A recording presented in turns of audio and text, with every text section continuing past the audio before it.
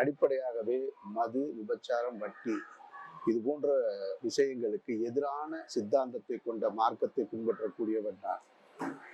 அப்படி இருக்கையில் இது போன்ற ஒரு கடந்த ஒரு 10 நாட்களாக பல அதிர்ச்சியான சம்பவத்தை தமிழகத்திலே பார்த்து கொண்டிருக்கின்றோம். குறிப்பாக திராவிட முன்னேற்ற கழகம் ஆட்சிக்கு வந்த பிறகு ட்ரக்ஸ், கஞ்சா, சிந்தட்டிக் ட்ரக் இது அனைத்துமே பொதுவெளியில் சர்வசாதாரணமாக எல்லா இடத்திலும் கூட கிடைக்க ஆரம்பித்திருக்கிறது.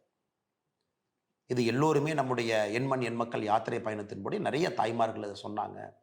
பட்டி தொட்டி எல்லாம் கிராமம் வரைக்கும் ட்ரக்ஸ் வந்துருச்சு, இதை பெரும் முயற்சி எடுத்து கட்டுக்குள் கொண்டு வர வேண்டும் என்று. திமுக அரசு குறிப்பாக இந்த 33 மாத காலத்தில் வரலாறு காணாத அளவுக்கு தமிழகத்தில் ட்ரக்ஸ் புழக்கம் அதிகமாக இருக்கிறது. அதுவும் இந்த 10 நாட்களாக வந்த செய்தி நமக்கு ஒரு ஊர்ஜிதத்தை கொடுக்குது. எந்த அளவுக்கு இதனுடைய தொடர்பு, அரசியல் தொடர்பு, சினிமா தொடர்பை தாண்டி வேறு வேறு அயல் நாடுகளுடைய தொடர்பு. நீங்க பாருங்க, திமுக ஒரு மனிதர் அயலக அணி பொறுப்பை வாங்குறார். அப்படின்னா வெளிநாட்டில் இருக்கக்கூடிய எல்லா நாடுகளுக்கும் ஒரு பொறுப்பாளர் ஒருத்தர் வாங்குறார். அதே மனிதர் ஒரு சினிமா கம்பெனி நடத்துறார், ஜேஎஸ்எம் ப்ரொடக்ஷன்ஸ் அப்படின்னு. ஜாஃபர் சாதிக் என்கின்ற மனிதன் ஒரு பெரிய ட்ரக் நெட்வொர்க்கினுடைய தலைவராக இருக்கிறார்.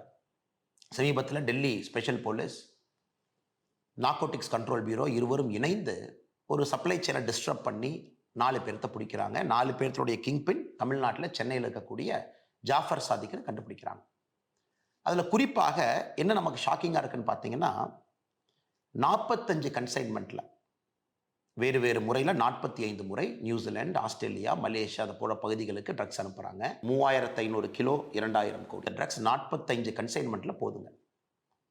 எப்படி போதுனாங்க, டெசிகேட்டட் கோகனட் பவுடர், அதாவது உலர் தேங்காய், அதில் சிந்தட்டிக் ட்ரக் ட்ரக்லேயே ரொம்ப கொடூரம். காரணம் அது கெமிக்கல் பேஸ்டு ட்ரக். நேச்சுரலாக இயற்கையாக கிடைக்கக்கூடிய ஓபியம், கஞ்சா இதையெல்லாம் தாண்டி சிந்தட்டிக் ட்ரக், டிசைனர் ட்ரக்னு சொல்கிறது பார்த்தீங்கன்னா ஒரு கெமிக்கல் காம்போசிஷனை பிரெயினில் குறிப்பாக அந்த நியூரல் நெட்வொர்க்கை இன்னும் ஃபயர் பண்ணி அவங்களுக்கு அந்த ப்ளஷர் கிடைக்கணும் அப்படிங்கிறக்காக, அதிகப்படுத்தணும் அப்படிங்கிறக்காக சிந்தட்டிக்காஸ் உருவாக்கக்கூடிய drugs, more harmful, more dangerous, most dangerous substance in the world. அந்த சிந்தட்டிக் ட்ரக்கை உருவாக்குறாங்க. அந்த ட்ரக்கினுடைய பெயர் சூடோ எஃபிட்ரின் அப்படிங்கிற பேருங்க. இந்த சூடோ எஃபிட்ரினை பயன்படுத்தி உலகத்தில் அதிக விலை இருக்கக்கூடிய ஒரு சிந்தட்டிக் ட்ரக்கை மேனுஃபேக்சர் பண்ணுறாங்க. மெட்டா ஆம்ஃபெட்டமைன் அப்படிங்கிற ஒரு ட்ரக்கை மேனுஃபேக்சர் பண்ணுறாங்க. இதுக்கு பேஸ் பொருளாக வச்சு பயன்படுத்த போகிறாங்க. ஸோ இது டெல்லி போலீஸ் பிடிச்சதுக்கப்புறம் இது எவ்வளவு பெரிய அதிர்ச்சியை உருவாயிருக்கிறாங்க. இந்தியாவில் இது போன்ற ஒரு நெட்வொர்க்கு, தமிழ்நாட்டை சார்ந்தவங்க, அதுவும் திமுகவினுடைய அயலக அணியில் இருக்கிறவர், குறிப்பாக சினிமா துறைக்குள்ள இருக்கிறாங்க. அந்த மனிதர் ஜாஃபர் சாதிக் திமுகவுடைய முதல் குடும்பத்தில் எல்லோரோடு சொந்தம் கொண்டாடுறாங்க. முதலமைச்சர்லேருந்து, மகன்லேருந்து, குடும்பத்தினுடைய எல்லா உறுப்பினர்கள்ட்ட.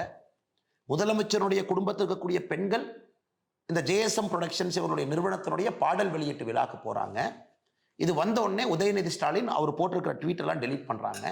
ஸோ எந்த அளவுக்கு பேனிக்காக திமுக இருக்குன்னு பாருங்க சார். அவருடைய சொந்த தம்பி விடுதலைகள் சிறுத்தைகள் கட்சியில் ஒரு பெரிய பொறுப்பில் இருக்காங்க. ஸோ கட்சி பொறுப்பை பயன்படுத்தி, அயலகணி என்கின்ற பொறுப்பை பயன்படுத்தி அதன் மூலமாக வெளிநாட்டுக்கு 45 கன்சைன்மெண்ட், 3500 கிலோ, 2000 கோடி அனுப்பியிருக்கிறாங்க. இதை நாம் புரிஞ்சுக்கணுங்க. First network. இரண்டாவது பாருங்க, நேற்று குஜராத்திலிருந்து 60 கிலோமீட்டர் தூரத்தில், போர்பந்தர் கோஸ்ட்லேருந்து 60 கிலோமீட்டரில் ஈரான் சப்பர் போர்ட்லேருந்து வரக்கூடிய ஒரு ஃபாரின் வெசலை பிடிக்கிறாங்க. அதில் 4 பேர்த்து பிடிக்கிறாங்க. 4 பேரும் பாகிஸ்தானுக்கு லிங்க்.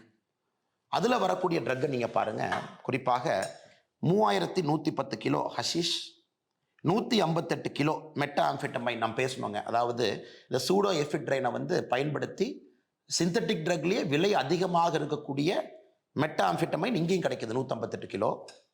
Heroin 24 kilo. இதனுடைய மதிப்பு மொத்தமாக பார்த்தீங்கன்னா இது மொத்தமாக 3300 கிலோ.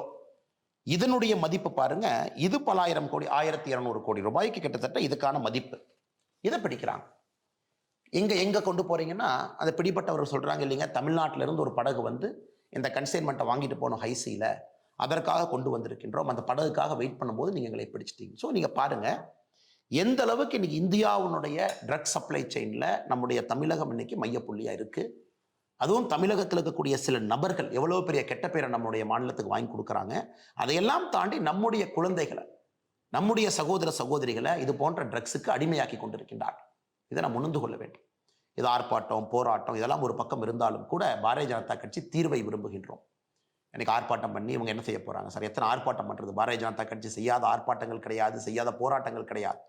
பட்டி தொட்டி எல்லாம் மக்கள்கிட்ட சொல்லியாச்சு. இன்னைக்கு இதை நாம கையில் எடுக்க வேண்டிய கட்டாயம் வந்து விட்டது என்று நாங்கள் நினைக்கின்றோம். அரசு செயலிழந்து நிற்கிறது. அரசில் இருக்கக்கூடிய நபர்களுக்கு இவர்கள் நண்பர்களாக இருக்கின்றார்கள்.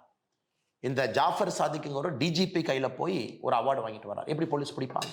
டிஜிபி கையில போய் பதக்கம் வாங்குற போட்டோ எந்த போலீஸ்காரர் எந்த இன்ஸ்பெக்டர் சப் இன்ஸ்பெக்டர் வீட்டுக்கு போய் சார் நீங்க வாங்க. இன்னைக்கு பாருங்க என்சிபி நார்கோட்டிக்ஸ் கண்ட்ரோல் பியூரோ இந்த ஜாஃபர் சாதிக் தலைமறைவாக இருக்கக்கூடிய ஜாஃபர் சாதிக் உட்பட எல்லா பகுதியிலையும் ரைடு நடக்குது.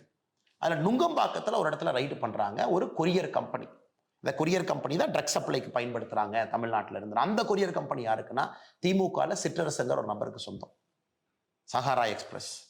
இன்னைக்கு ஒரு தனியார் தொலைக்காட்சி நிறுவனம் அதை கவர் பண்ண போறாங்க. அந்த நிறுவனத்தினுடைய ஜேர்னலிஸ்ட் அடிச்சு ஒரு ஹாஸ்பிட்டல் அட்மிட் ஆயிருக்காரு. இப்போ நடந்திருக்கிறது.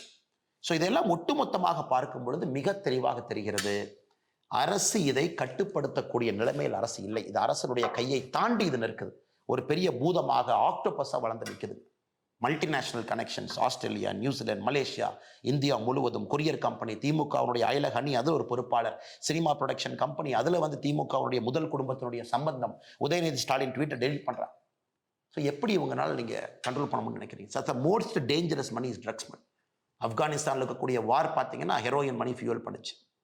அதே போல் இந்தியாவில் உலகத்தில் இருக்கக்கூடிய முக்கியமான ஹாட்ஸ்பாட்ஸ் எல்லாமே இந்த ஓபிஎம் கல்டிவேஷன், ட்ரக் ஸ்மக்லிங், இதுலேருந்து வரக்கூடிய பணம் அடுத்து ஆர்ம்ஸ் டிராஃபிக்கிங் போகும். அதை வைத்து இன்சர்ஜென்ஸ் குரூப் சண்டை போடுவாங்க. ஸோ உலகம் முழுவதும் நீங்கள் பேட்டர்ன் பார்த்தீங்கன்னா இந்த ட்ரக்கிலிருந்து வரக்கூடிய ஈஸி மணி தான் உலகத்தையே கெடுத்து கொண்டிருக்கிறது. ஒரு இன்சர்ஜென்ட் குரூப் ஃபைட்டிங்ல இருந்து, ஆர்ம்ஸ் ஸ்மக்லிங்ல இருந்து 2 நாடுகளுக்கான சண்டை. இன்னைக்கு தமிழ்நாடு அளவில் அது வந்திருப்பது ஏற்றுக்கொள்ள முடியாது. சினிமாக்குள்ள பாருங்க, பிளாக் மணியை ஒயிட் மணி ஆக்கிறதுக்கு சினிமா ஒரு துறை.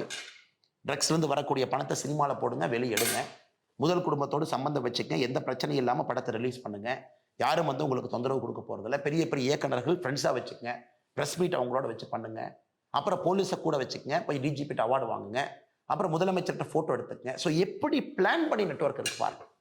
அதனால் சகோதர சகோதரிகளே, இதற்கு ஒரே தீர்வு, ஒரு பக்கம் நான் அரசியலாக பாரதிய ஜனதா கட்சி தான் என்று சொன்னாலும், மோடி ஐயா இருக்கிறாங்க, என்சிபி ஸ்ட்ராங் பண்ணியிருக்கிறோம். இன்னைக்கு பிடிச்சது எல்லாமே மத்திய அரசு, பிடிச்சது எல்லாமே மத்திய அரசுடைய நிறுவனங்கள், நார்கோட்டிக்ஸ் கண்ட்ரோல் பியூரோலேருந்து ஹைசியில் பிடிக்கிறாங்க, ஈரான்லேருந்து வர்றதெல்லாம். இது ஒரு பக்கம் நடந்தாலும் கூட நம்முடைய வீட்டை பாதுகாக்க வேண்டிய பொறுப்பு நம்முடைய பொறுப்பு என்று கருதுகின்றேன். என்னுடைய அன்பான வேண்டுகோள், அரசியல் ரீதியாக பாரதிய ஜனதா கட்சி இதை முன்னெடுத்து கொண்டிருக்கின்றோம். ஆனால் ஒரு தனி மனிதனாக நீங்கள் முன்னெடுக்க வேண்டும் என்பதற்காகத்தான் இந்த அவசர பதிவு. ஏன்னா எல்லா பக்கமே ஊடுருவி இருக்குது சார். டெய்லி பேப்பரை படித்தா ஒரு முன்னாள் காவல்துறை அதிகாரி என்கின்ற காரணத்தினால் என்னால் கனெக்ட் பண்ண முடியுது சார். இது எங்கெங்கே போகுது, எப்படி இதை பிளான் பண்ணியிருக்காங்க, செட்டப் என்ன, இன்னும் எவ்வளவு ஆழமாக இது இருக்கும், சப்ளை செயின் எப்படி இருக்கும், லாஜிஸ்டிக்ஸ் எப்படி இருக்கும், குருவிகள் என்று சொல்லக்கூடிய கொரியர்ஸ் எப்படி இருப்பாங்க, டெசிகேட்டட் கோகனட் பவுடருக்குள்ளே வச்சு கடத்துறாங்க. ஆனால் சகோதர சகோதரிகளே, நாம் எல்லோரும் இணைந்து களத்தில் இறங்க வேண்டிய நேரம் அது தமிழ்நாட்டில் ட்ரக்ஸை ஒழிப்பதற்கு. காலேஜிலிருந்து ஆரம்பிக்கணும் சார். ஒரு காலேஜில் கூட பேரண்ட்ஸ் நீங்கள் இருக்கீங்க, ரோட்டரி கிளப், லைன்ஸ் கிளப் எல்லாம் பேச ஆரம்பிங்க. ஸ்டூடெண்ட்ஸை வந்து நார்கோட்டிக்ஸ் கண்ட்ரோல் பியூரோ என்சிபி வெப்சைட்டுக்கு போனீங்கன்னா ஓத் அகேன்ஸ்ட் ட்ரக்ஸ் இருக்கும். குழந்தைங்களை சத்திய பிரமாணம் எடுக்க சொல்லுங்கள். ட்ரக்ஸுக்கு எதிராக நாங்கள் இருப்போம். காலேஜில் எங்கே பார்த்தாலும் நாங்கள் கம்ப்ளைண்ட் பண்ணுவோம். அதற்கு காலேஜுக்குள்ளே ஒரு தனி சென்டர் இருக்கணும், ஒரு ஆள் இருக்கணும். காலேஜுக்குள்ளே காவல்துறையினுடைய டோல் ஃப்ரீ நம்பர் ரெஜிஸ்டர் பண்ணியிருக்கணும்.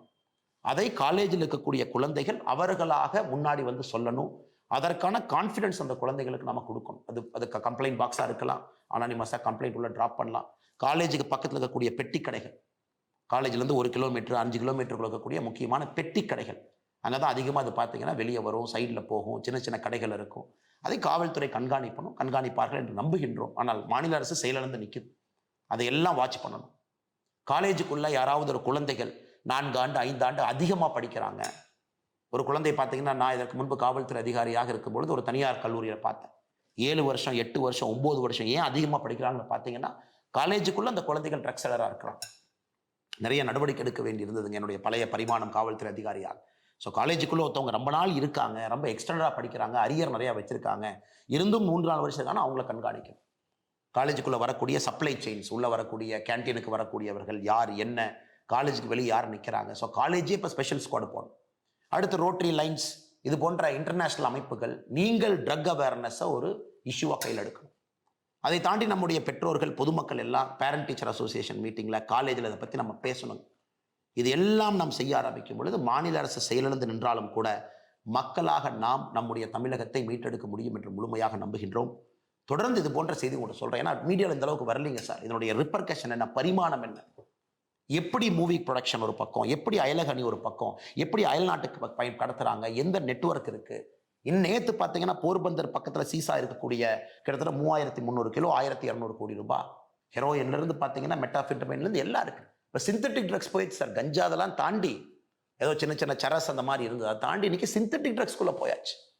அது வந்து பார்த்தீங்கன்னா உங்கள் நியூரல் நெட்வொர்க்கை கம்ப்ளீட்டாக மாற்றி ஒரு ஜென்ரேஷனையும் அழிச்சிடும். வருங்கால தலைமுறையே இருக்காது என்கின்ற அளவுக்கு இந்த ட்ரக்ஸ் தமிழகத்திலே கொடூரமாக, இந்த உடுத்தா பஞ்சாப்லாம் படம் பார்த்துருக்குறோங்க. இன்னைக்கு தமிழகத்தில் அது நடப்பது ஏற்றுக்கொள்ள முடியாது. திமுக மௌனம் காட்பது சுத்தமாக ஏற்றுக்கொள்ள முடியாது. நார்கோட்டிக்ஸ் கண்ட்ரோல் பியூரோ அதிகாரிகள் தமிழகம் முழுவதும் சோதனை ஏற்றுக்கிட்டு இருக்கிறாங்க. பத்திரிகையாளர்களை திமுக அடிப்பதும் ஏற்றுக்கொள்ள முடியாது. அதனால் நாம் நம்முடைய தமிழகத்தை மீட்டெடுப்போம். வருகின்ற காலத்தில் பாரதிய ஜனதா கட்சி முழுமையாக உங்களோடு தமிழகம் முழுவதும் நாங்களும் களம் இறங்குகின்றோம்.